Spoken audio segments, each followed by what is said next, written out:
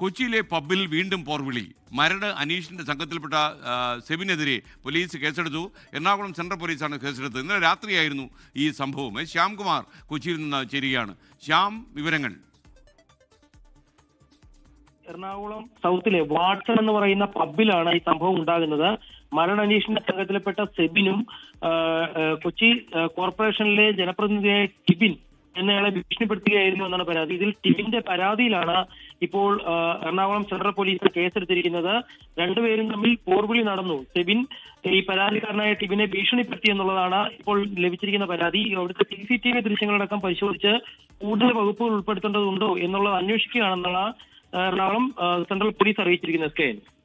ലോകത്തെവിടെയായാലും ഏത് സമയത്തും 24 വാർത്തകളും ഓഗ്മെന്റഡ് റിയാലിറ്റി പാക്കേജുകളും എക്സ്പ്ലെയിനറുകളും വിശദമായി കാണാൻ ഞങ്ങളുടെ YouTube ചാനൽ നിങ്ങൾക്ക് സബ്സ്ക്രൈബ് ചെയ്യാം.